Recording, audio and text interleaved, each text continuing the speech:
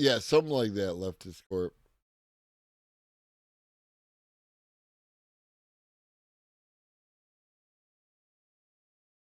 What a band, the biggest of bands, extra large band.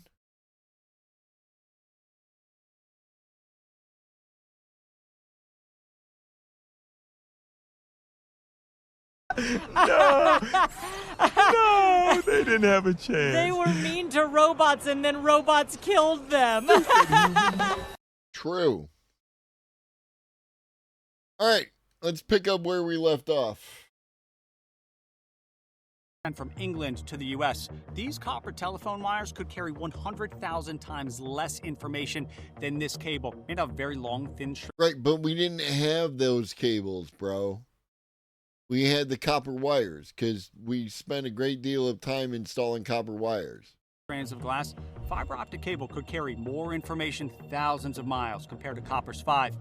This copper wire was the bottleneck at the beginning of the internet, and this fiber optic cable was the actual bubble of the .com bubble. It wasn't the software. It wasn't the websites. This cable was the foundation for the lie everyone believed. Eerily similar to what's happening with data centers today, except in one critical way, which I'll explain in detail here in just a minute. Oh, no, please explain anything, right? Because you haven't explained shit. Companies in the 90s started laying as much fiber optic cable as they could get their hands on. Much, much more than we could possibly use. The U.S. data network is a series of cables that form a mesh around the country. Starting as basic telegraph lines, each cable was made of one iron strand. The data required for phone calls to work forced every telegraph line to upgrade to 2 copper strands. Right.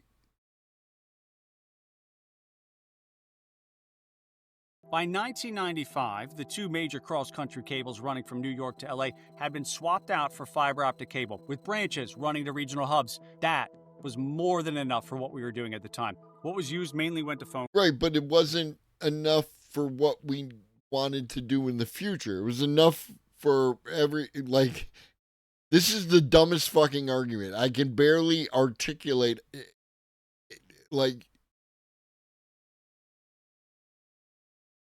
you don't build infrastructure to meet capacity. You build infrastructure to meet expected capacity. Right? Calls, a tiny, tiny sliver went to the people browsing the early internet and the few thousand websites it had. But as the Cambridge coffee pot made the rounds, as the hype began to build, people looked back at what happened when the network went from telegraph messages to phone and said, fiber optic cable, more of it, right now. Right. Just 5 years later, 13 new cross-country fiber optic cables had been laid. Companies were announcing their plans in almost overnight, raising billions to lay more. Right, because you connect them major hub to major hub, right? More fiber optic cable. The route from Houston to LA went from having just 1 to 5. New York to Washington went from 2 to 10. The United States to Europe went from 3 to 12. By 2001, $500 billion had been spent laying all this cable. Good? But not one of those dollars was spent doing the hard part. What was desperately needed, required for the internet to take off in a meaningful way, the last mile, replacing the couple of miles of telephone wire that ran from each and every house to the central office where the fiber cable stopped. How were the millions of homes that were going to be expected to be the backbone of demand for the internet supposed to browse the web at high speed if the cable from their home to the end of the fiber optic cable was still telephone wire? Yeah, that's capitalism, bro. They couldn't figure out a way to profit. They made it so that you had to pay that shit out your own pocket. How was Pets.com supposed to get everyone to its website if they were all still on dial-up? By 2001, less than 10% of all that fiber optic cable was being used, unlit by information moving through it. The other 90% became known as dark fiber. People noticed. Investors noticed. The internet was not ready. Internet companies were left hanging like everyone else, well aware that unless homes could access the internet easily and quickly, people would never use their product. 100 And now we have it. I don't know where we're going here. milliseconds feels like this. 1 second feels like this. An enormous body of research shows 10 seconds and almost everyone will abandon a computer task. Sites routinely pushed past 30 seconds to load in 2001. But to really seal the deal, maybe the critical reason homes needed to be moved off telephone wire? Are you on the internet again? Get off, I've got to use the phone. Homes overwhelmingly had just one phone line. Connect to the internet and your phone didn't work. Couldn't call anybody, couldn't receive calls, just a busy signal. Anybody that lived through this period remembers the family fights this would create. The bubble popped. Dragged down not by web companies, but the telecom companies who dumped hundreds of billions into fiber optic cable that wasn't being used. These companies didn't just fall a bit. No. They went to zero. The once mighty Enron Corporation now heading into Chapter 11. Full bankrupt, 500,000 telecom jobs disappeared. The stock market followed, shedding 50% in 18 months. And so he's if I'm grasping this, maybe he's saying that because the telecoms ran more fiber optic than what people used, they caused the bubble to collapse. What up, Digital? Yeah, like I feel like that's where we're at. The economy went with it. Sounds familiar, right? No. We're going to have an AI bubble. That's the last question. Concerns about an AI bubble. Is the AI bubble popping? Companies are taking two approaches. Some are building their own data centers. For AI to be a bubble, there must be a lie. So here are the three things claimed as truth that if they turn out... Please, you didn't justify your previous argument, but I'm fascinated where we're going now. ...to be lies, the bubble is going to pop. But if they don't turn out to be lies, this AI thing might just be getting started. AI will keep getting better. The bubble is going to pop. But if they don't turn out to be lies, this AI... Okay, so it's an AI bubble built on lies, but if they don't turn out to be lies, then the bubble or then the AI thing will just be getting started. Like, holy shit, dude. Way to not say anything and play both sides of the game. AI thing might just be getting started. AI will keep getting better. You know this word, but you don't just know it. You understand everything about it immediately. How the sun relates to Earth, the 2 planets closer, the 5 planets after, that they circle the sun. There was a you bunch of see nothing, that, and your gibberish. brain... Flip-flobical, flip-tobological, flip-snobicals. It was a bunch of gibberish, bro. Yeah, but see, dude, there was a time when people thought that the Earth was the center of the solar system. So at that point in time, they didn't know the answer to this question. And like, so like the sun or the Earth was a bubble or something. I'm not sure, because the past was different than it is now. Bad or something. I'm immediately spawns all the bits of information that are relevant to you knowing the word is third. This is not how AI works. AI just knows the word is third. It does not know. It does not care to ask. The word is third. It's the third planet. The third planet of how many? To get AI to know the word is third, we've taken all the text humans have ever created. Every website, book, post, every single word of that text is changed from text to something that looks like this. Then a random chunk of all that text is chosen, a word is removed, and shown to the AI model for it to guess what the missing word is. It chooses some options and says, I think it's one of these 4. This one is my top choice. The correct word is revealed to it. If it got it wrong, the assumptions it used to choose what it did are adjusted. There's no such thing as a flat bubble, Digital. A bubble seen from the surface is a circle. Its guesses are put back, and a new random chunk of text with the word missing is shown to it. It guesses, updates its assumptions over and over and over billions of times. This is why it's called training, like a giant glorified flashcard session. Once it's seen enough flashcards, its assumptions finely tuned, starts to continuously get the answers right. That's when it's released to the public. Okay. Just the assumptions, those numbers that tell it how to guess, that's the model. So when we say a new model has been released, it's a file of assumptions that have been refined by an enormous amount of flashcards. The smartest child that has ever existed. And it's associations within 3D latent space, right? Like that's the whole thing. Flat inverse hyperbubble. Is in that where you can choose to take a cup half full or a cup half empty view of whether or not AI will keep getting better. Because you were not your smartest as a child. You will not reach peak intelligence until somewhere around 70. First learning. You will not reach peak intelligence until somewhere around 70.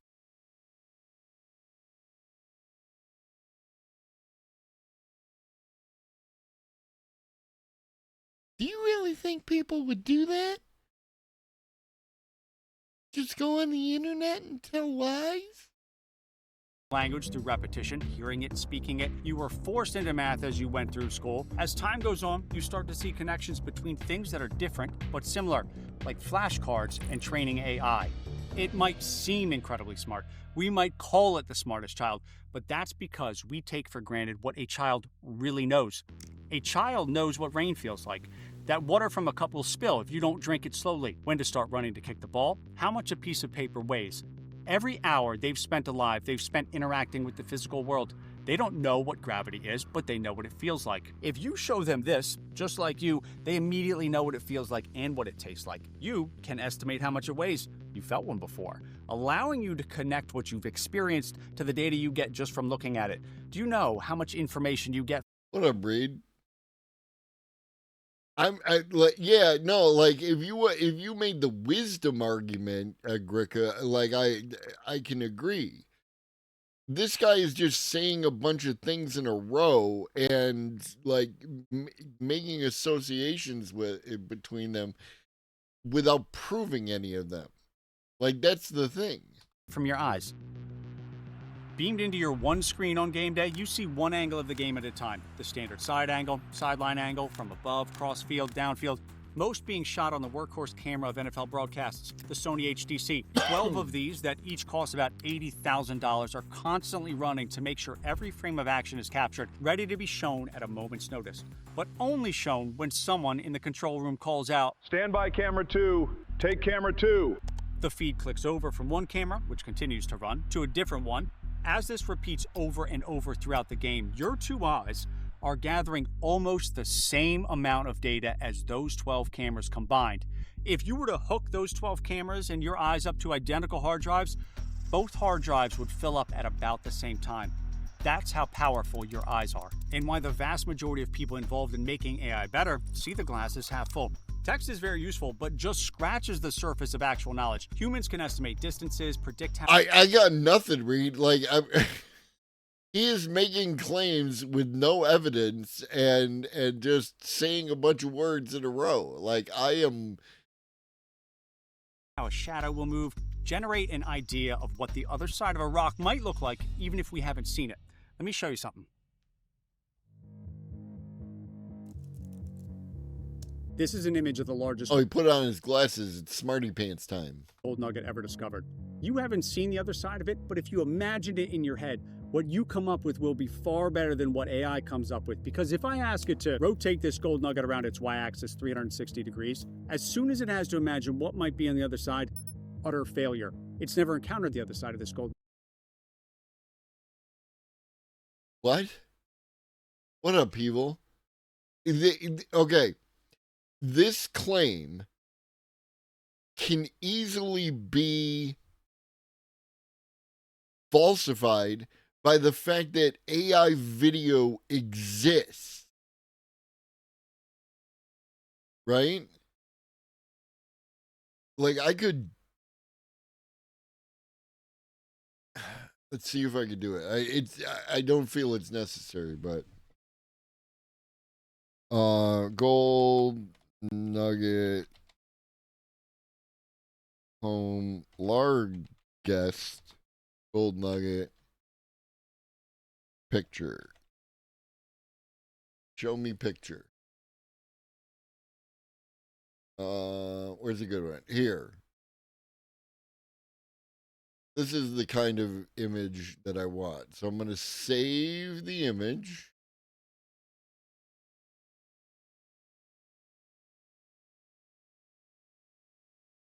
Then I'm going to go to Gemini. And I'm going to ask I don't know what his argument is, Dojo. This is the problem. He's saying that back then that we didn't have the technology at the time, right?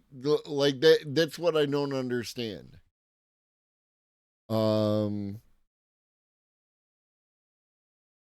Make a video of this gold nugget rotating 360 degrees.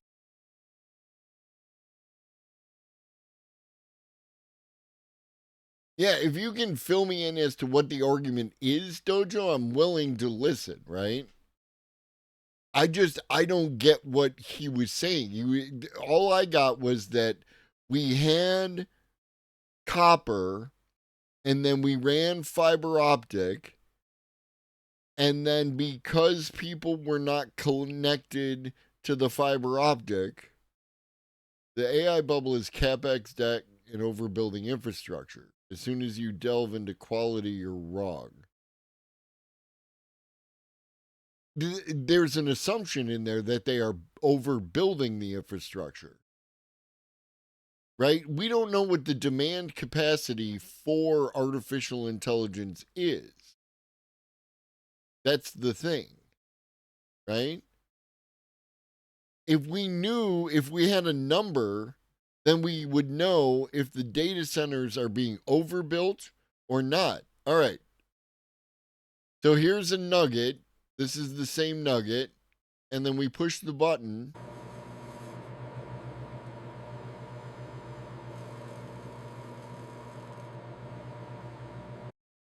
He's wrong. Right? Let's go back.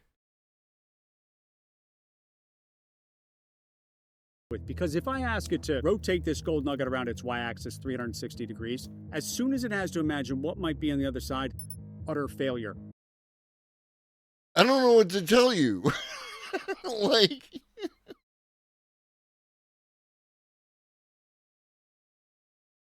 like it wasn't that hard. I like the fact that it even gave me the flat bits on the back end, right?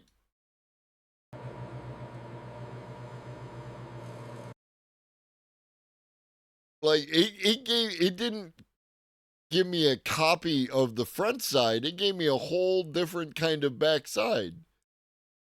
But it still got crevices. This is plausible, right? This is plausible that this is a rotating rock. Like, holy shit.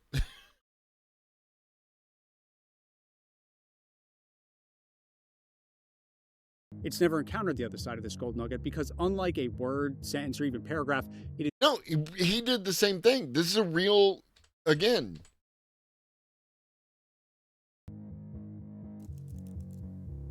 This is an image of the largest gold nugget ever discovered. Right? This is an image. They took an image of a real gold nugget, the largest one ever discovered. You haven't seen the other side of it, but if you imagined it in your head, what you come up with will be far better than what AI comes up with. Because if I ask it to rotate this gold nugget around its y-axis 360 degrees... And he used VO's 3.1, like for some reason he was incapable of doing the thing. As soon as it has to imagine what might be on the other side, utter failure. It's never encountered the other side of this gold nugget. This is just wrong. I did it in front of you. Nothing up my sleeves, you know what I mean? Because unlike a word, sentence, or even paragraph, it is truly unique. But you have played or handled thousands of rocks, enough to know that they don't do this when you turn them over. How would AI know unless it's seen a bunch of rocks? Revealing the gap between how small... AI has seen a bunch of rocks, bro.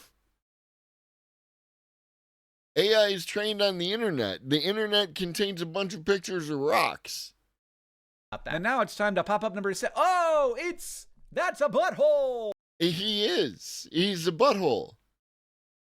Smart AI can be and where it is. This would make sense for a sculpture, as in, like, you don't think that, like, the backside of a sculpture could be estimated by the AI? Like Venus de Milo?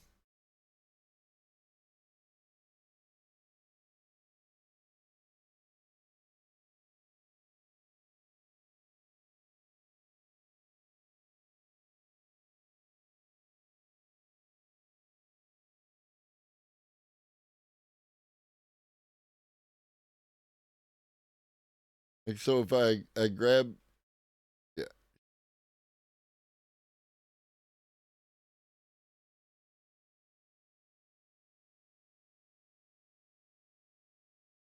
Oh, you got the fancy. Ideal Greek beauty. Get the fuck. Oh, this is the Louvre. Go fuck yourself. Maybe get some real security.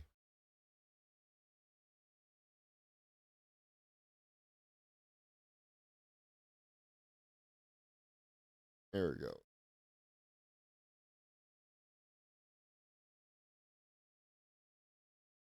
Yeah, I feel like this is low hanging fruit. I don't know what else to do though. Rotate the statue on its Y axis 360 degrees.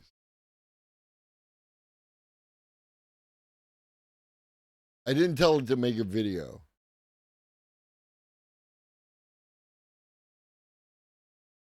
It knows to make a video. We're in the context of making videos.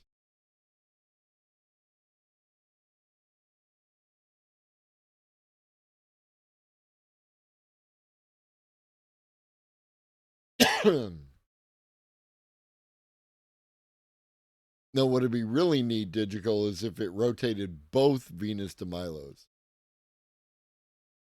What up, MILF? New year, new me, baby. New year, new me. I have a face under the beard. Come on, you're being boring now. I gotta get back to the silly man saying silly words. There we go.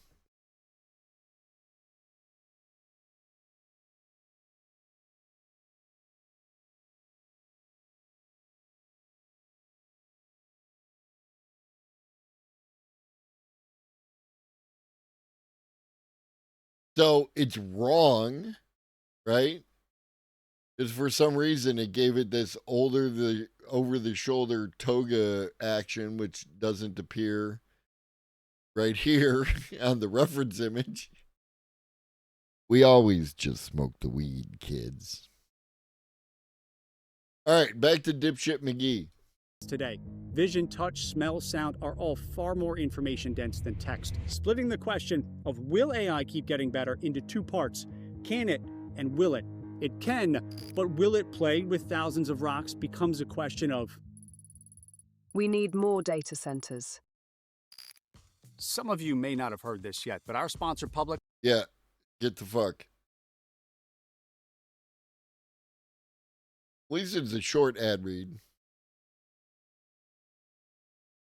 Paid for by Public Investing. Full disclosures in the description. We're building multiple What up, Cosmic? gigawatt data centers. Building these giant AI factories. I do guess that a lot of the world gets covered in data centers over time. Maybe put them in space. We're going to start building these giant gigawatt data centers in space. The world needs a lot more processing power. The size of the site covers a significant portion of the footprint of Manhattan in terms of space. But why would you need a data center of that size? What could possibly be the logic for a building the size of Manhattan? Manhattan is 23 square miles. Inside a data center the size of Manhattan, there will be 5,000 rows. Each of those rows will contain 50 racks. In each of those racks, you'll find about 70 chips. Every word you ask AI to predict, the math it takes to predict just that one next word is spread out across many chips. Go to sleep, Cosmic. Each chip takes part of the problem, they combine their work, and out comes the word. Dozens to hundreds of chips fire off for each word. Not each question you ask, not each conversation, each word. This is the reason NVIDIA cannot keep up with demand. It cannot produce enough chips for all the words people want predicted, for all the images and video they want created. This is the critical departure AI takes away from the dot-com bubble. All of that fiber optic cable that was laid was not being used. It was dark fiber. You cannot get your hands on an NVIDIA chip because every single one of them is running around the clock at such high capacity and without break. History never repeats itself. It rhymes, but it doesn't. Dark fiber is the fiber that was run but people weren't using. I don't know if there's still dark fiber or if we're using all that dark fiber now. That occasionally one melts. There is not a dark NVIDIA chip in the country right now. This is how a word is represented in AI. What's called a vector. It is, just like on paper, one-dimensional. A section of an image is represented like this, two-dimensional, one for width, one for height. This is how video is represented. Height, width, and then one for time. Three-dimensional. One frame of video footage is 1,000,000 times more information dense than an average word. Or to put it another way, 2 seconds of video contains about as much raw information as the entire Harry Potter book series, which is why these data centers that seem eye-watering in size are what every tech company is scrambling to build. They are looking way past the chatbots we all play with and what it will take to make a reasonable prediction at what the other side of this gold nugget might look like. Again, we did that. Egged on by this one paper that kicked off this whole thing in 2017 that was written about text but was found to be just as useful in virtually every other type of data. It's not if it will work, it's how to build enough processing power for doing the math. And here is where it would be reasonable to maybe raise a red flag and say, I have found the lie. Maybe. Because we need more data centers is really code for we need more electricity. Flip every single power plant on, turn the sun on bright, make the wind howl, and this is the total amount of electricity the United States can generate at any given moment. But of course, some power plants are down for maintenance, clouds are out today, the wind is calm, making this the realistic amount of electricity we could generate if we went full blast. A place grid operators never want to be, so they bake in room above the spot where electricity demand always peaks, midday during a brutal heat wave. To build all the data centers that have been announced, that room operators require, the safety margin, it almost evaporates. Not just sometimes, forever. 24 hours a day, 7 days a week. But we've built more solar capacity.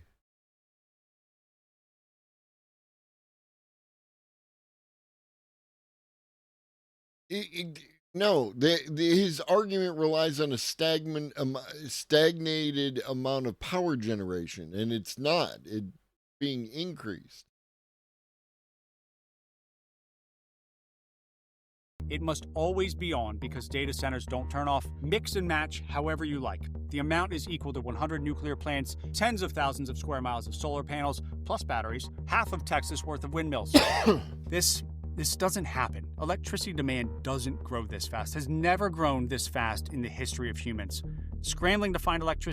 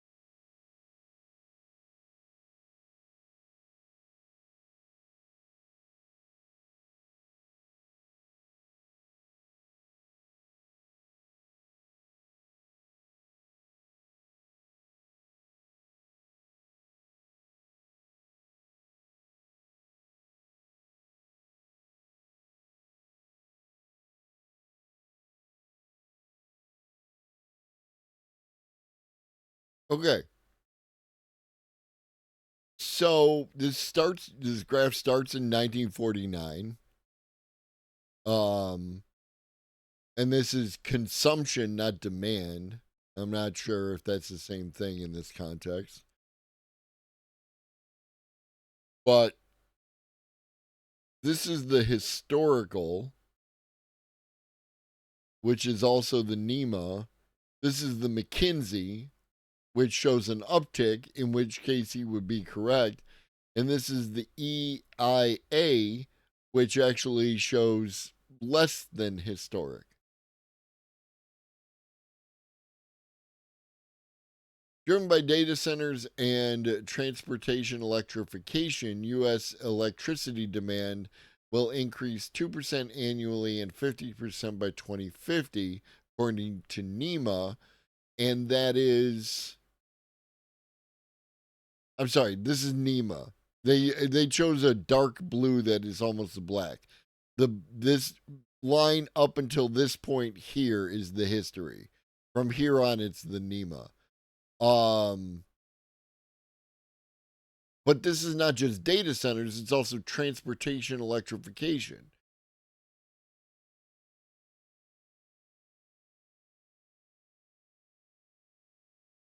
So, like, only under the McKinsey is it actually, like, faster than it's ever been. If you understand how graphs work.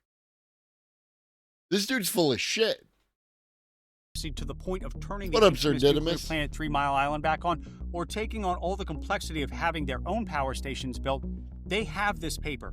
They know it works. Everyone else has this paper. Everyone else knows it works. So just like an arms race where countries race to have more firepower than the other, can't fall behind. Every tech company feels forced to do whatever it takes to solve the electricity problem. That is, for the moment, the telephone wire problem of AI. But if the electricity problem cannot be solved, all the expectations for what AI will do. No, electricity is a solved problem. You just have to build more. Now, don't get me wrong. There are plenty of issues, right? I'm not interested in more. We're not building any more coal plants. That's out of the question. There is a non-zero chance of actually probably an unfortunately high likelihood of liquid natural gas fired power plants, because that's a tested technology that is relatively easy to do. And the problem there, of course, is that it creates more carbon dioxide and other, greenhouse gases. But it's a solved problem. You just have to build more. The products companies will sell, the amount of money these companies have become worth, it all gets called into question. It can be done. Why is it called into question? Like, you can make arguments that these companies are overvalued, right? Like, that's fine. But it has nothing to do with the electricity. Know how to do it. It's not a full red flag, so maybe for now we just raise a yellow flag. Everyone is using it a lot. No, not everyone is using it as a lot. Like, nobody's saying that. Right? That's a whole thing. This guy is just making shit up and then using it as a basis for conclusions with facts not in evidence. And it's dumb. Right? His arguments are dumb. And I muted him accidentally. Everyone is using it a lot. They found that if you used it just 3 times in 1 week, 95% of people would never stop using it. They were in for life. Look at how clunky these were. This was 97, 98, dozens of companies trying to bring order to the internet. But all this, that's not really why you were here. You just wanted your question answered. 1 box, 2 buttons, and 10 blue links. Powered by a new idea that said, you know what? What the fuck are you talking about? People will probably want right at the top, the pages that have the most other pages on the internet linking to them. So SEO spoiled Google. You won't get an argument from me. We'll call it PageRank. So simple, so good. Once you tried it, you did not go back. Out of 100 people that would try it, 95 became permanent users. The only other products that have come close to Google search for getting people to stick around, Facebook, Instagram, Uber, and WhatsApp. But even those fall miles short of Google's 95%. So for those in the AI world, it was mildly concerning when ChatGPT wasn't anywhere on the list. A lot of people tried it. A lot of people never came back. But then something that rarely happens happened. People who had dropped off 5 months before started coming back to try it again. So your premise is flawed or something? This is not a thing. This line, what we call a retention graph, it never goes back up. Yeah, but this got annoying. I was prepared for, like, you know, bad arguments, but I'm getting no arguments. He's just making shit up. He's just saying a bunch of words and because that. Once people try something and ditch it, they do not come back. How many unused apps do you have on your phone? So a version of this chart started swirling around social media. You shouldn't maintain unused apps on your phone. You should eliminate them. I believe that there was a bunch of nothing, gibberish, flip-flopical, flip-tobological, flip-snobicals. It was a bunch of gibberish, bro. It's truly. Cyberpunk 2077, right? Lost a bunch of people because it was janky, but then after they did the big update, like, not only did they get some of the old users back, but they got new users like me. I didn't play it until the update, but that fixed it. The fuck are you talking about? ChatGPT had gotten users to come back, yes, partially because their model had gotten better, but also because they said, hey, there's this other tier service we offer. It does more. It's much smarter. It was free. You can have it, but you've got to pay for it. Oh. Turns out people wanted more. They wanted smarter. Yeah, they were willing to pay for a better product. They were thrilled when they could pay to have more, signaling to everyone that, hey, yeah, building data centers, let's do it. Definitely build them as fast as you can. But then, just a few months into the excitement, this happened. China's latest AI breakthrough has leapfrogged the world. Let's talk about DeepSeek because it is mind-blowing. I wonder whether DeepSeek has kind of changed. I mean, it feels like it's upended the race this week. A completely unknown Chinese company released this paper. Not a completely unknown Chinese company. I mean, a lot of people didn't know about the company, but they weren't unknown. They just didn't do this, right? They were a quantization investment company, and they built a AI model to help them with that. That showed the world that actually we can do that, what you're doing, but with just 1/10 of all the chips you're throwing at it. Right, but it's not that simple, you dipshit. It's a distillation. If you actually knew what you were talking about. And there it goes, steadily dropping. Pretty sure that's bad. Pretty sure. Yeah, you keep using that word. I do not think it means what you think it means. We're just 15 guys in an office, not even really a tech company. Oh no, it definitely, like, supported by China. Like, you won't get me simping for China, right? China is a capitalist entity that uses protectionist strategies and funnels money into the the companies that they want to see succeed, just like the United States does, right? Like, the entire concept of DARPA is just, how can we funnel? Like, my man came out and said it on TV, and I could not deal with it. What up, kleptomaniac? The idea that you can come out on TV and say the oil companies are going to rebuild the infrastructure of the oil production in Venezuela, and they're going to pay for it. And then he said, and we'll reimburse them, of course. Like, holy fuck. Like, holy fuck. We're a hedge fund. Cue the panic. DeepSeek's claims that it built an AI model for less than $6 million. Not a B, $1 million.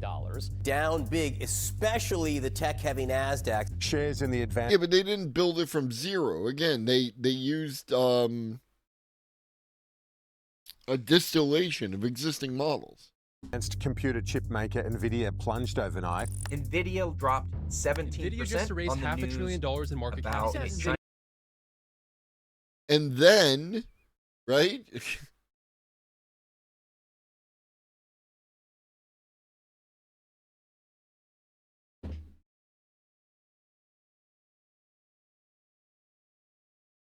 And again, I'm not simping for capitalism here, but like, lines still go up.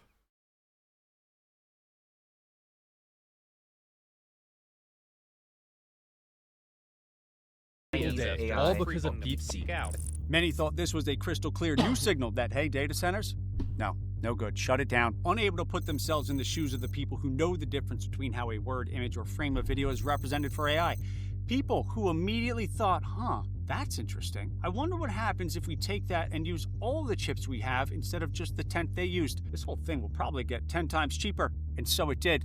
Now those people happy to pay for more could get 10 times more for the same price, revealing one of the keys to truly understanding how people actually behave. If something gets cheaper, we don't choose to use the same amount of it and pay less. No. Jevons paradox. Jevons paradox.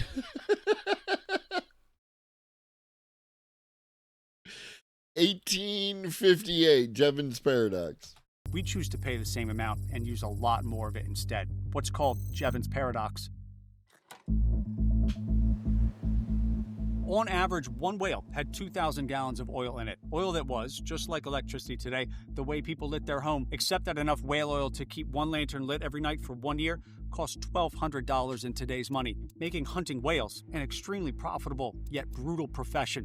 Find a whale, harpoon it, pull it to the side of the boat, strip the blubber off, cut it into pieces, boil the pieces, and out would come liquid gold that would arrive at city ports on ships that, by the time crude oil was discovered, had to stay out on the water for 3 or 4 years before they had found enough whales, forcing all but the most wealthy to go without light once the sun went down, until a guy figured out how to make kerosene from oil. At a tenth the price of whale oil, houses went from maybe one lantern to a kerosene lamp for each person. Kerosene gave way to cheaper electricity 70 years after. I highly recommend the book The Prize.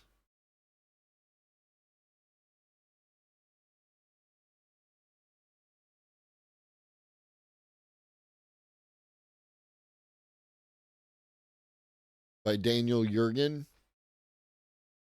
Like, it's the history of oil. It's so good. Like, I mean, if you want it from a history standpoint, not like that oil is good. It's good to understand how we got where we're at, right? And it's like dense, it's thick, but it's actually like interesting, and it keeps you fucking going.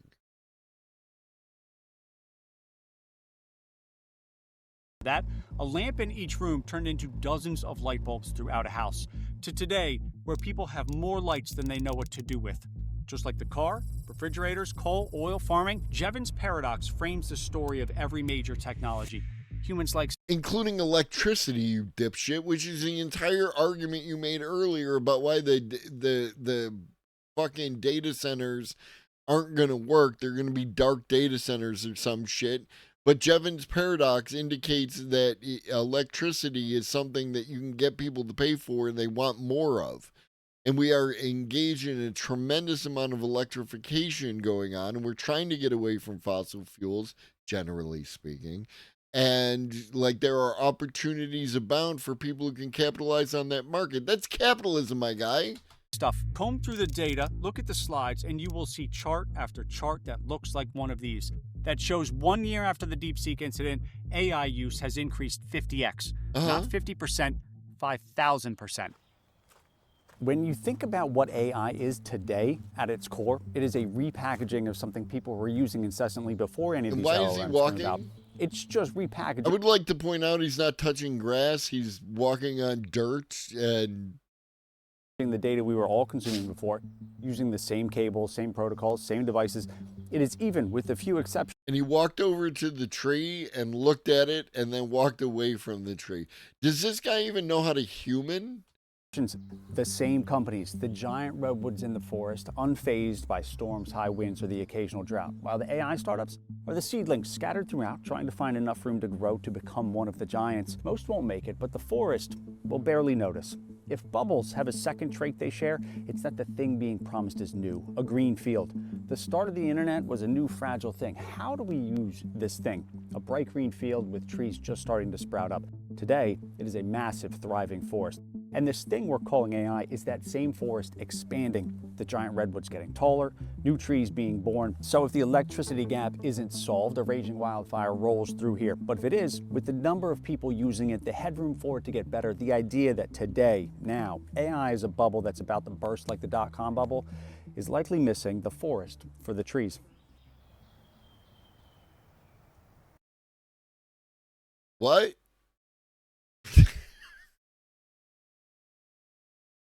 Look at this. Homie's got like motion graphics, folks. How many fucking subscribers do you have? 389,000 subscribers. And you've got a whole fucking developer team, including a producer. Something's wrong here.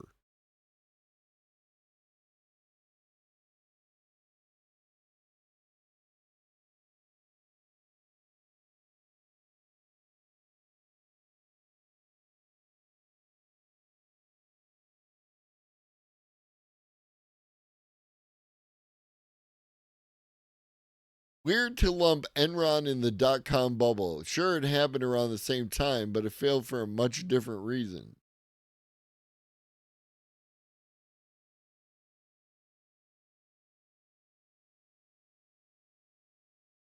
Yeah, I don't know, man. Like, again, I don't understand the argument, Dojo. Again, I'm willing to be charitable. I don't understand. I am confused. Why everyone wants you to believe AI is a bubble? Okay, I was getting a drink of water. How the fuck did it become 8 o'clock? Wow, that's really cool, dude. Yeah. Yeah, okay. I swear to God, it was 6:30 like 10 minutes ago.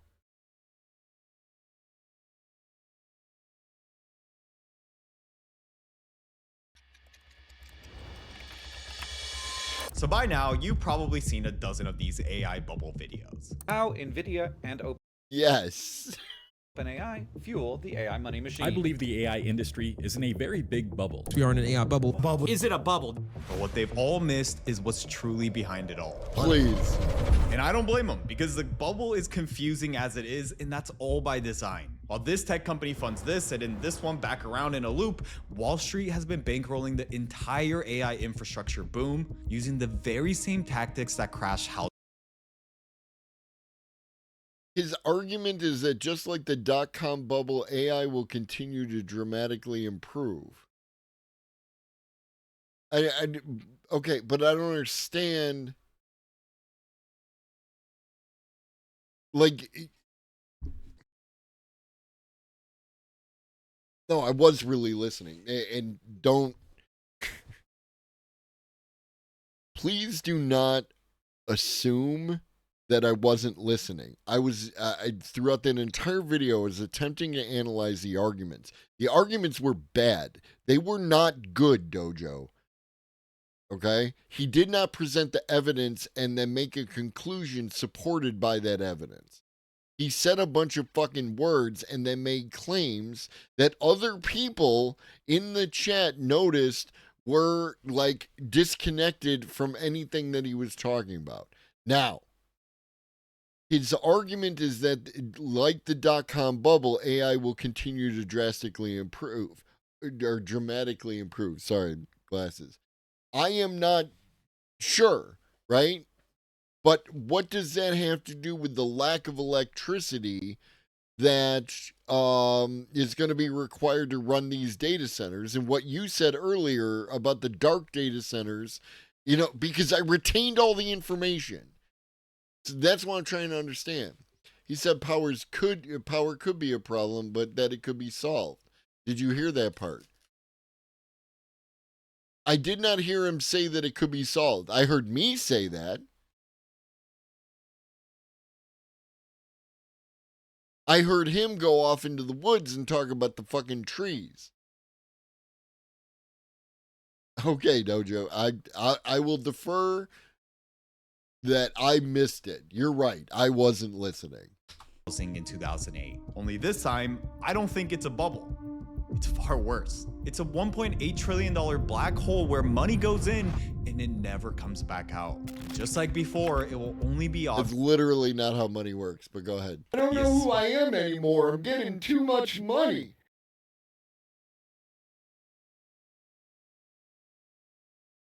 Sorry, Asa, that fucking thing appears to be broken.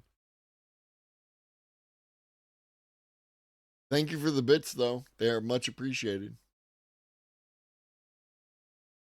Once it's too late. But if you think I'm just fear-mongering, Michael Berry, who predicted 2008... Okay. The thing that people do... Good evening. Sources confirm the latest tally lands squarely at 69. Analysts say the figure is holding steady with no immediate signs of change. Interpretations vary, but one consensus has emerged. Nice. And thank you for those biddies.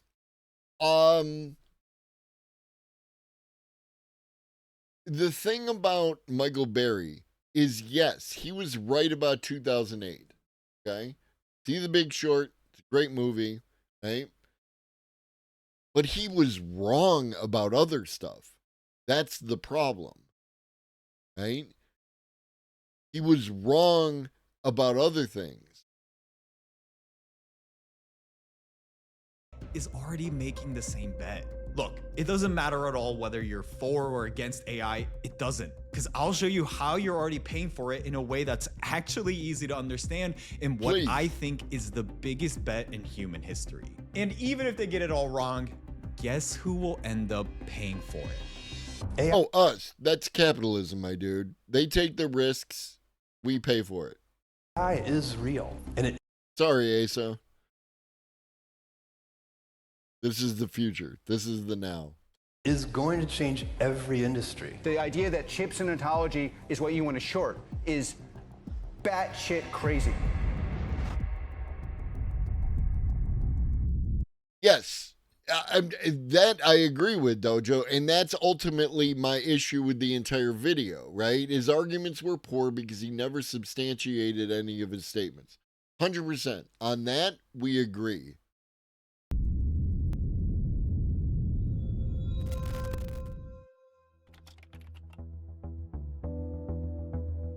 So to understand this whole thing, the best way is to build out the bubble in a way where it's actually simple. Because once you see the system, you'll begin to understand all the players that are involved. It's okay to be simple as long as it's accurate, right? Oversimplification in order to gloss over shit, that's a problem. All that's out in the open and hidden, and why this is a black hole rather than... And why did you use Claude as opposed to Anthropic when you have OpenAI instead of ChatGPT? In a bubble. So let's break it down, starting with showing you the most important players that you need to know. First, the AI lab companies. You already know this, like OpenAI's ChatGPT, Anthropic's Claude, and Musk's xAI and Grok. Second, the chip makers that power AI, like NVIDIA and AMD. And third, data center providers like Oracle and CoreWeave that buy billions of dollars of these chips, store them in massive facilities, and then rent out that compute to the AI labs. And finally, these guys, which I'll reveal who a bit later on. But for now, remember Fuck you for the bullshit.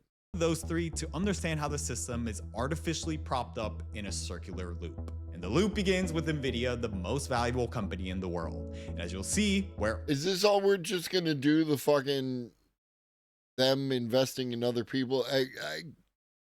Okay, my argument for this is that when you're operating at the valuations that those companies are operating, you're no longer acting like a company, you're acting more like a country. When NVIDIA is like apparently the third largest economy in the world now after the US and China, if you equate their valuation with GDP, which I don't know if that's valid, but that dude did it in that other video we watched. all the loops lead back to. What up, Crow? And recently, NVIDIA invests up to $100 billion in open Welcome to the brave new world, homie. AI. Sounds generous, right? Well, there's a catch. OpenAI must use that money to buy millions of NVIDIA chips, so NVIDIA gives OpenAI money to buy NVIDIA products. So essentially, a discount disguised as an investment. But that doesn't matter on paper or to the public. As soon as a deal is announced, NVIDIA's revenue increases, stock goes up, and now they have even more money to invest back into OpenAI. And now the loop is in motion. OpenAI then signs a $300 billion deal with Oracle to build massive data centers. And just like that, Oracle stock spikes 36% in one day. Oh, but I almost forgot to mention, OpenAI only makes $12 billion in revenue. So how the hell are they signing $300 billion deals? Well, that's the beautiful thing about this circle. Oracle takes that $300 billion and uses it to buy tens of billions in NVIDIA chips for their data centers, and NVIDIA now has more money to reinvest into an OpenAI. And just like that, the super loop restarts, but that's just the beginning. Because in order to keep this going, you have to remove all the perceived risk. So remember CoreWeave? Well, they're a data center provider that needs chips to rent out to an AI lab like OpenAI. And so to make this happen, CoreWeave buys huge quantities of NVIDIA chips to install in their data centers, but with a trick.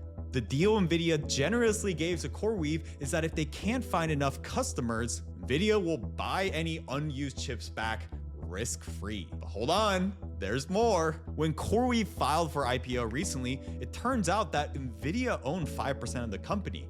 And NVIDIA agreed to anchor the IPO with a $250 million order to boost up investor confidence. So you see the pattern here. Revenue gets recorded, stock prices go up, and rinse and repeat. So as I've laid that out, now it's very easy to blame these few companies. But the bubble didn't grow to this size on its own. The thing is, everyone is playing the same game, but in slightly different financial engineering strategies. Because NVIDIA isn't the only chip maker in town. And since AI labs like OpenAI require massive amounts of compute power, they're also buying billions in AMD chips. But in this deal, it's extremely unusual. AMD gives OpenAI the right to buy 10% of AMD stock for 1 cent each. 1 cent, but the stipulation is that the stock only vests if AMD's stock price rises after the partnership, which... No, this is just the setup. It's at 8:37. It's gonna get us to the next stage. Of course it does. Because this is actually like, I don't know what the conclusions are going to be, but the setup, this is my evidence, right? And then you're going to make your arguments, and then you're going to make your conclusions. I'm giving them the benefit of the doubt because this video is significantly better structured than the previous video. It still contains the same propagandized music to feel a certain way, like that, but at least he's talking about facts and evidence.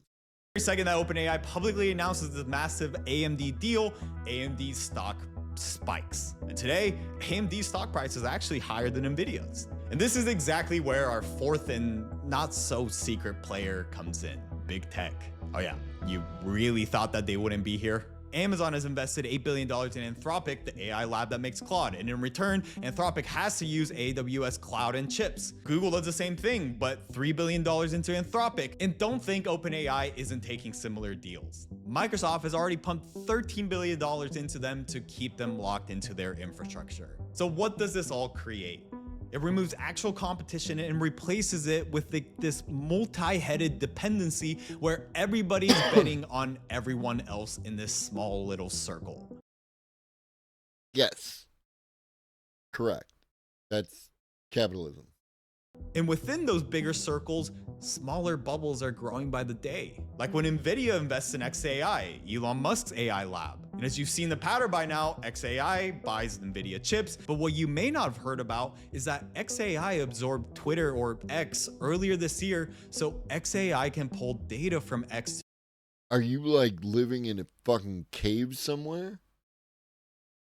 Yeah, that's what I was saying, Dojo. Like he was right about the 2008 financial crisis, but people use that as an example of how he was like, you know, amazingly gifted, but he was wrong a lot. To train Grok, its AI model. Tesla then uses Grok in its cars and robots, and Musk wants Tesla shareholders to fund xAI, creating a self-contained ecosystem where money, data, and compute all loop across Musk's assets. And as I've mentioned throughout, the big bubble continues to grow at scale because the market rewards this sort of behavior. Because remember how I said that all loops lead back to NVIDIA? Well, all those stock jumps mean that NVIDIA is now worth $5 trillion or more than Japan and Germany's entire GDP. And if they want to keep that growing, they need to continue to convince the public that the demand will keep rising forever. No, not the public, investors, right? Like, this is the whole thing. This is not, he's going to lose all the credibility I give him if he plays the investors are being tricked card. No one's being tricked here, dude. That's the thing. People who say that somehow, like, that these investors are being tricked by the AI companies, you have no argument. Which means that they have every incentive to manufacture demand, not just meet it. So hopefully you see the full picture now, and it's exactly why economists are sounding the alarm of round tripping, the same trick that Enron used in the 2000s when company A sells an asset to company B with a secret agreement to buy back a similar asset later.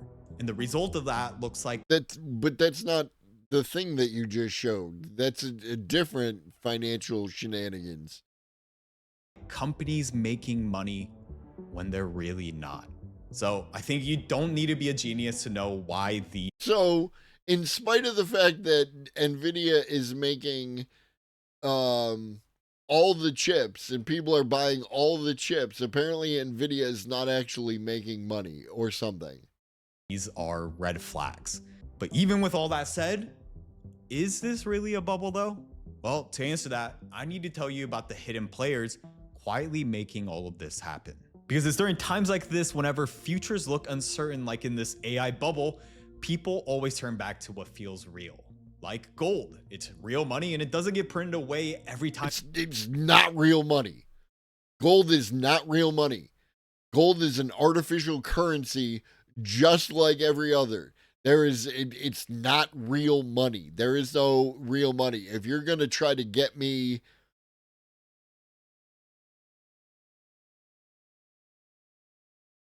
There is no real money. What up, Stellar Wingman? Yeah, we covered it at the top of the show. Inflation spikes, but most people just let their gold sit there doing nothing when it could actually be earning them more gold. And this is exactly what today... Get the fuck. Whoop.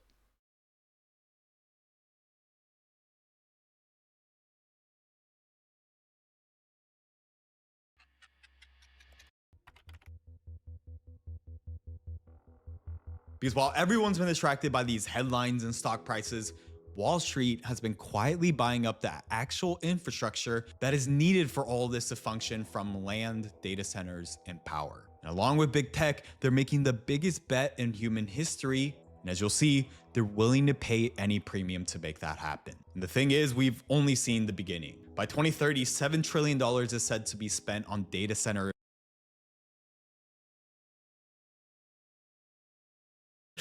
Hilarious. Hilarious. Again, fuck Altman, fuck Sam Altman, right? However, 2 years ago, Sam Altman was running around saying he needed $7 trillion in order to build the AI shit, and now here we are, $7 trillion. Funny that. Yeah, no, I do, Tech Bro. It was also recommended by Zach App. So, eventually. Infrastructure. Since 2022, private equity firms have acquired over 450 data center companies. That's 80. Private equity firms are the devil. of 90% of all mergers in the sector, and in 2024 alone, they announced $115 billion in deals, nearly double the prior 2 years combined. And what private equity is doing is that they're buying these buildings to lease them to big tech, and it's the perfect arrangement. Private equity built what, a bubble? I don't know.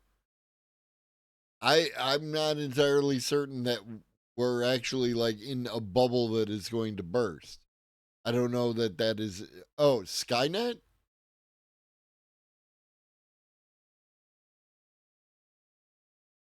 One could argue that we already made it, but if you're looking for like something more akin to what actually appears in the movie, just remember that Skynet is not a particularly well advanced AI. It's kind of shit. It's a AI that's allegedly like, or that acts like a human being, right? Yeah, like, and what we ended up with is a weird bubble on top of bubble kind of scenario. So when the regular bubble burst, the AI bubble was able to mask the regular bubble turning into a recession. So we didn't do a recession. So that's why like anyone who makes claims on how this is going to play out isn't actually paying attention, because we're in a brave new world. None of this has ever happened before. We should be in a recession right now, and somehow we're not. And we have a bunch of people experiencing recession type shit, but the GDP has become completely disconnected from the actual economy.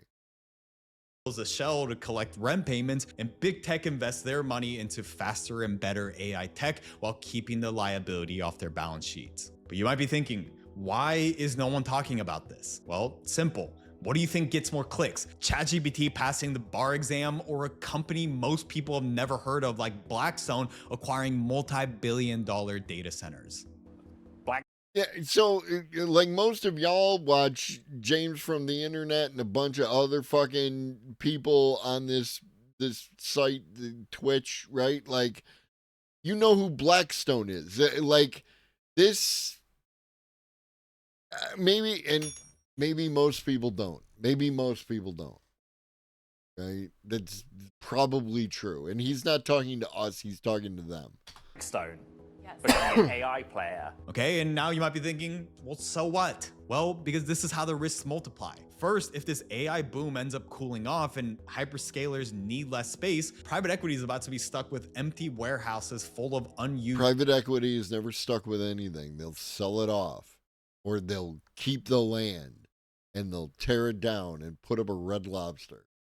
Or outdated servers. And if you've seen any of my private equity videos, these deals are usually funded with massive debt in a leveraged buyout. So now you can deduce that if they can't pay it back, these losses ripple through these banks and credit markets. But the second and bigger reason why you should care is because you're already paying for it. Yes. Because the infrastructure that private equity is buying isn't being built in Silicon Valley.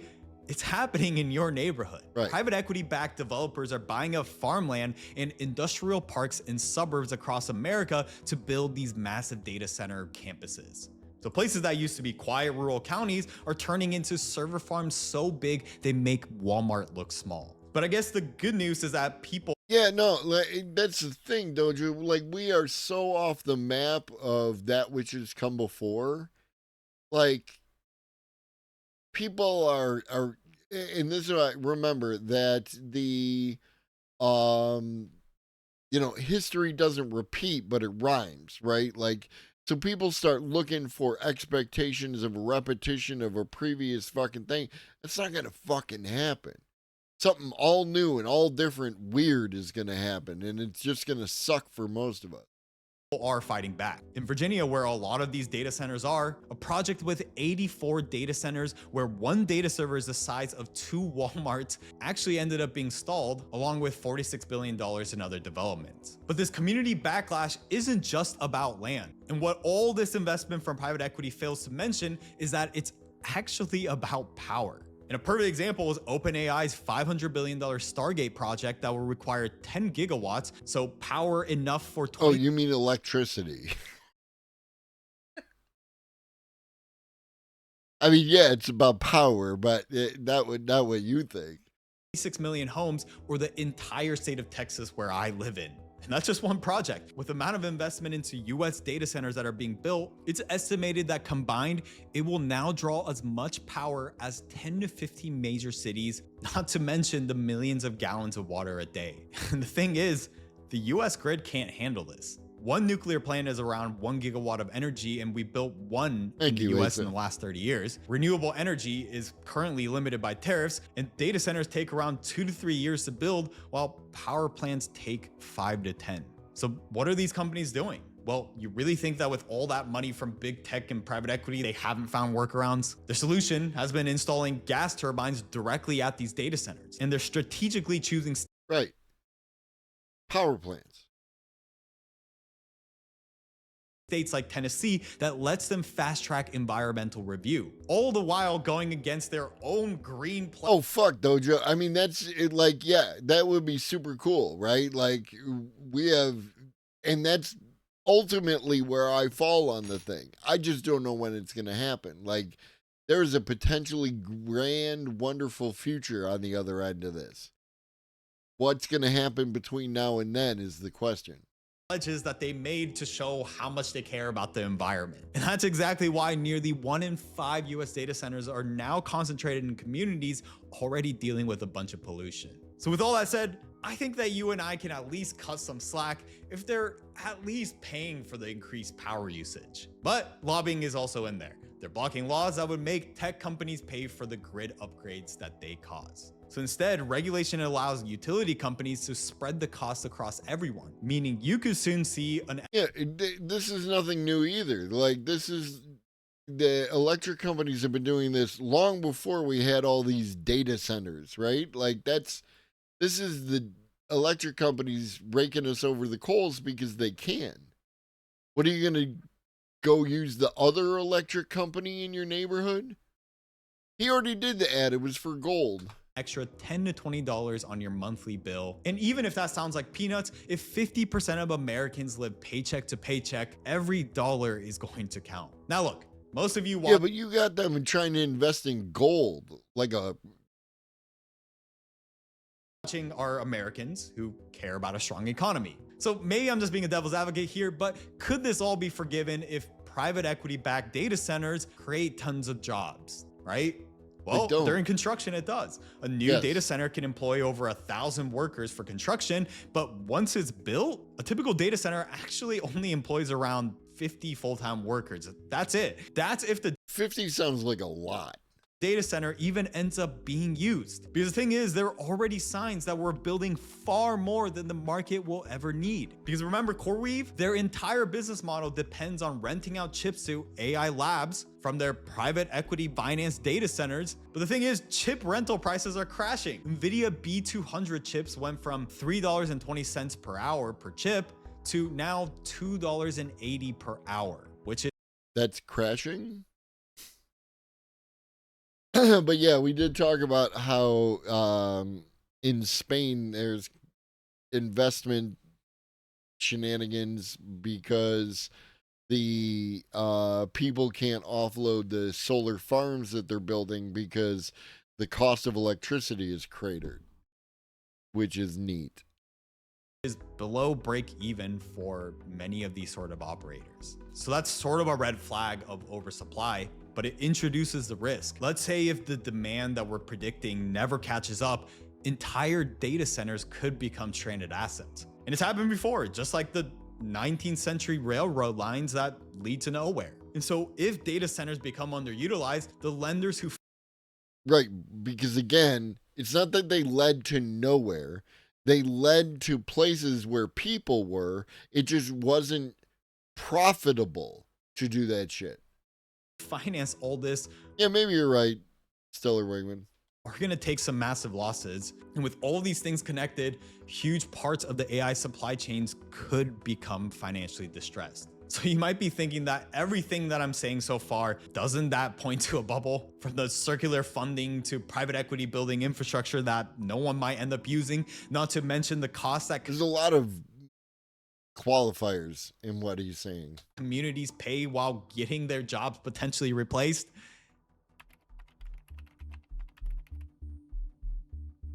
But here's the thing. Make a declarative statement.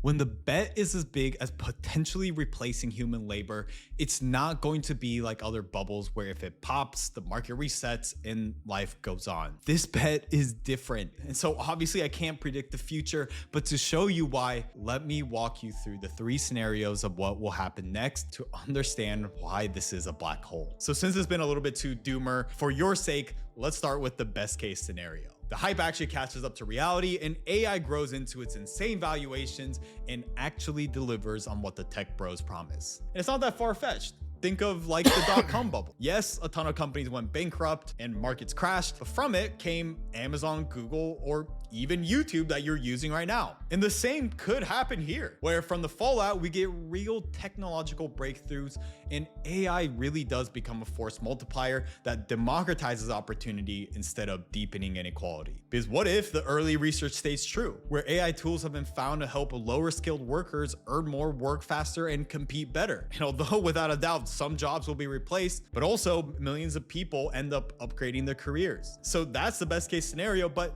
you and I both know that every advancement comes with a price. And the real question is, at what cost? Which brings us to the worst case scenario, the singularity. Not the sci-fi version where we upload our brains and transcend biology. I mean the real world version where government, big tech, and capital merge into one singular system of totalitarian control, and where this guy is calling all the shots. You would prefer the human race to endure, right? You're hesitating. Yeah, well, Yes? I don't know. I would. This is a long hesitation. This is a long hesitation. There's so many questions implicit in this. Should the human race survive?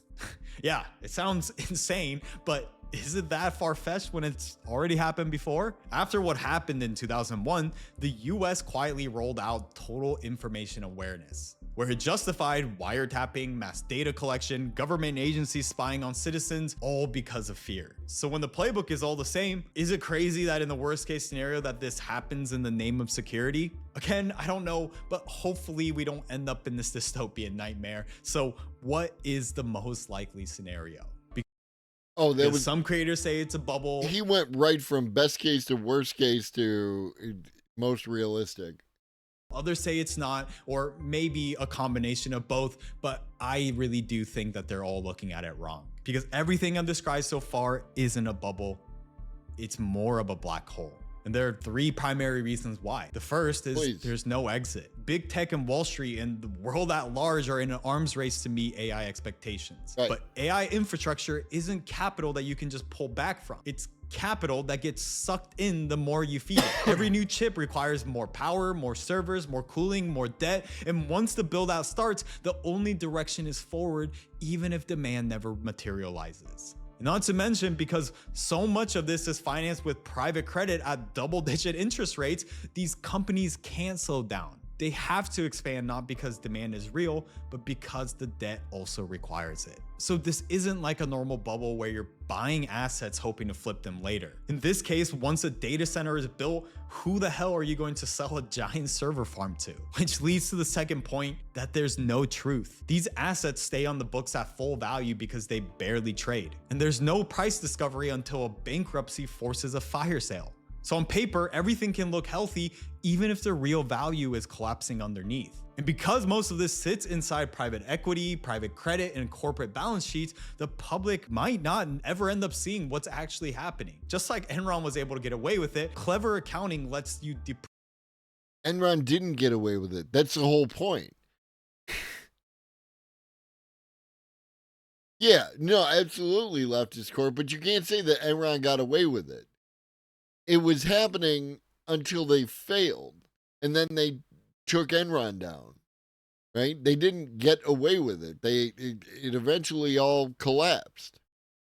Appreciate slowly. Enron did the fraud over 20 years, when in reality, a drop in utilization can wipe out the value overnight. So investors, regulators, and the public all operate under an illusion, not because anyone's hiding it, but because the system doesn't require the truth. Which leads me directly to the third and most important reason why this is a black hole. Because if it breaks, there will be no alarms. Traditional bubbles usually burst when sentiment flips and then everybody panics at once. Yeah, but there are never any alarms. It just the bubble pops and a bunch of people lose their jobs and houses and everything else.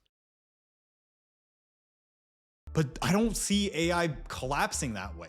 As long as big tech keeps announcing breakthroughs and trillion-dollar deals, confidence is going to stay artificially high because that bet to replace human labor is a bet that we've never even seen before. And not to mention with stock price. What the fuck are you talking about? Replacing human labor has been the wet dream of capitalism ever since the first Luddite threw a fucking shoe. Prices continuing to hit record highs.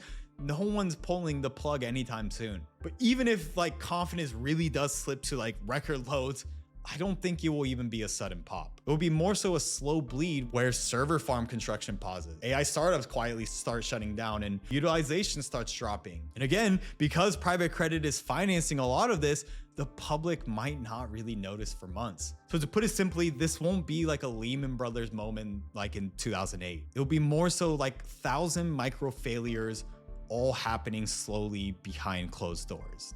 And this is exactly what Michael Berry started warning about in this AI black hole. Turns out Google's actually quietly extended the useful life of its servers and network gear from 4 years to 6 years. And that alone cut its 2023 depreciation cost by about $3.4 billion and magically boosted reported profits by nearly $3 billion without doing anything. They improved the server life from 4 years to 6 years. That's not doing nothing. That's actually doing something. The fuck are you talking about? They're not alone. Microsoft, Meta, Amazon, they've all done the same. And in total, big tech has added almost $10 billion to profits over 2 years just by declaring that their hardware now lasts 6 years instead of 4. And it's this red. Right, because it probably used to last 6 years instead of 4. And they just fucking planned obsolescence that shit, but now they can get 6 years out of it. Or maybe it's improved over time and it actually does last 6 years instead of 4. Flag on paper that Burry is pointing out is that if everybody is treating AI servers and chips as if they'll generate value for 6 years, there's going to be some problems when the hardware might actually become obsolete in 2 to 3 years. So that's the bottomless black hole, while also having every ingredient of a bubble. A world-changing story, concentrated debt, steady financing, and exposure spread across banks and private credit. But instead of popping, the capital just gets swallowed, disappearing into depreciation, energy bills, and endless debt payments. And so obviously no one knows what's actually going to happen, but what's clear is that the pace of change and investment into AI isn't slowing down, it's accelerating. Just as I was finishing this video, it's not an artificial shortage, kleptomaniac. It's there's a bottlenecked supply and increased demand. Right? That's the issue. The White House signed an executive order called the Genesis Mission, which is essentially a federally funded push to win the race for AGI, or artificial general intelligence. And it's literally like the Manhattan Project of artificial intelligence. So the details are still coming out, but what this means is that the AI bubble or black hole isn't just powered by big tech and Wall Street anymore. It's now backed by the... Yeah, my Samsung S8. It's still trucking. I use it as my monitor for my stream.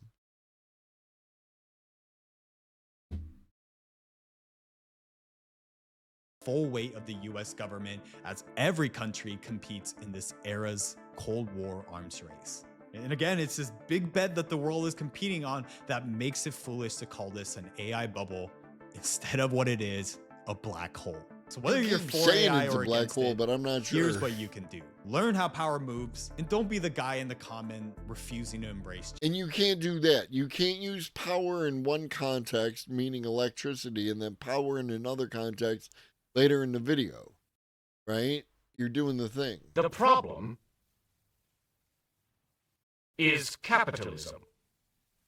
Every country isn't competing. It's just us wasting trillions. No, the United States and China are the two major competitors in the AI race. There's also mad investment across the Middle East in Singapore, Israel, Europe has its own investment cycle. Like, no, it's just wrong. The countries are competing. The United States is just ahead. But they're spending like less than 100 million.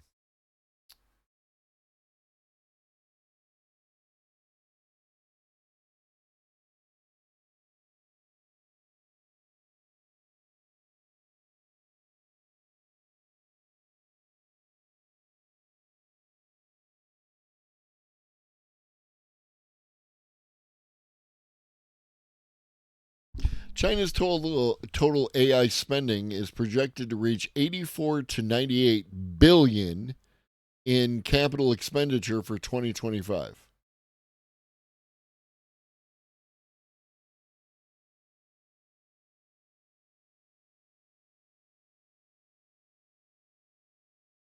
Anything else?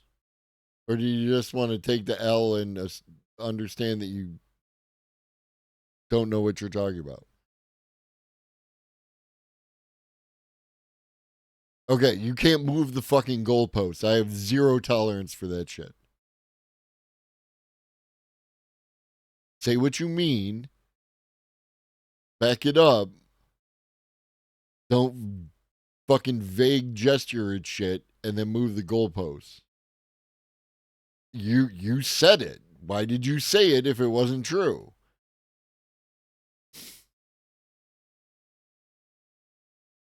You said it with such confidence. You said it with your whole chest.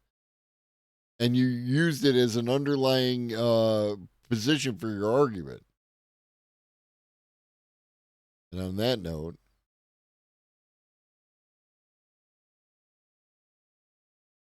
when we coming back?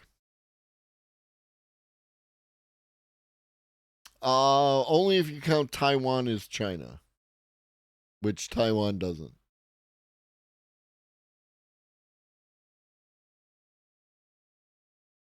Thursday. So, just smoke the weed. Good advice.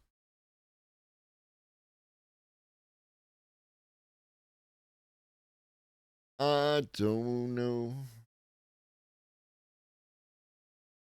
I don't know. Yeah, just be thankful I'm the one who, because fucking leftist corp would have dragged your ass.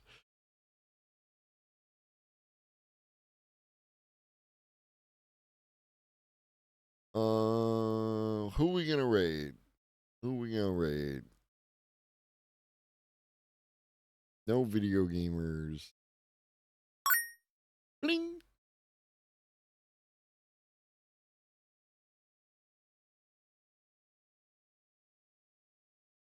I'm not sure what happened there, Asa. No, I don't want you to crucify yourself. I honestly don't care. We're gonna raid the UFO guy.